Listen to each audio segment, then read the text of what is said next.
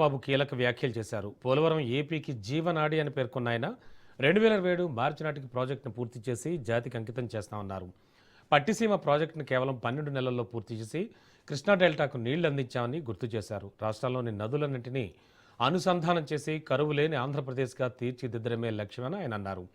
కూటమి ప్రభుత్వం అమలు చేస్తున్న సంక్షేమ పథకాలపై కూడా చంద్రబాబు ప్రస్తావించారు. ఆదాయం రాదు, ఉపాధి ఉండదు. కాబట్టి అభివృద్ధి చేస్తే సంపద సృష్టించబడుతుంది.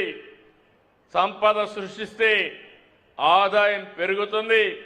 పెరిగిన ఆదాయం మళ్ళా సంక్షేమానికి అభివృద్ధికి బ్యాలెన్స్ చేసి సస్టైనబిలిటీ వస్తుందని చెప్పి కూడా నేను మీకు తెలియజేస్తున్నా.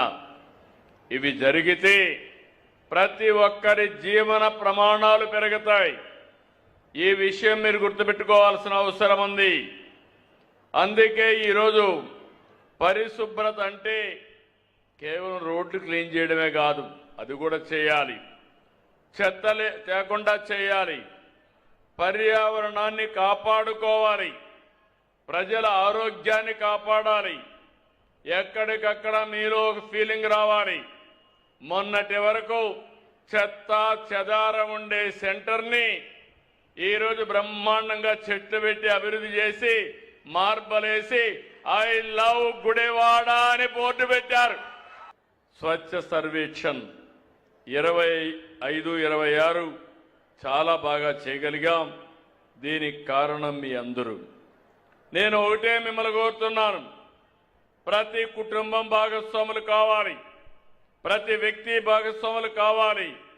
మీ ఇంట్లో చెత్తని తడి చెత్త పొడి చెత్తగా మార్చే బాధ్యత మీది. ఇంకో పక్క ప్రతి ఇంటికి మనుషులు వస్తారు. మీ ఇంట్లో చేసిన చెత్త మీరు సెగ్రిగేట్ చేసి అవసరమైతే అది ఇచ్చేస్తే దాన్ని తీసి ప్రాసెసింగ్ చేసి ఎక్కడికక్కడ ముందుకు తీసుకుపోయే పరిస్థితికి వస్తాం. నేను ఒకటే నిర్దిష్టమైన ఆలోచనలు 18 సార్లు వచ్చాను, మళ్ళీ వస్తా. 3వ శనివారం ఒకటే కోరుతున్నా, దీనికంటే మించిన పవిత్రమైన కార్యక్రమం ఇంకోటి లేదు. ఇప్పుడే మనం ప్రతిజ్ఞ చేశాం. 3వ శనివారం కనీసం ఒక 2-3 గంటలు మీరు మనసు పెట్టండి, ఒకసారి ఆలోచించండి, 10 మందికి చెప్పండి. ఇది కానీ మనం చేయగలిగితే భావితరాలు ఆనందంగా ఉంటారు. ఇది ఒక లెగసీగా తయారవుతుంది. మీ అందరికీ నేను ఇచ్చే పిలుపు నెట్ జీరో.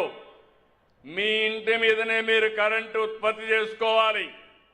మీ ఇంట్లో వచ్చే చెత్తని పొడి చెత్త తడి చెత్తగా తయారు చేసి తడి చెత్తని కాంపోస్ట్గా తయారు చేసుకోవాలి.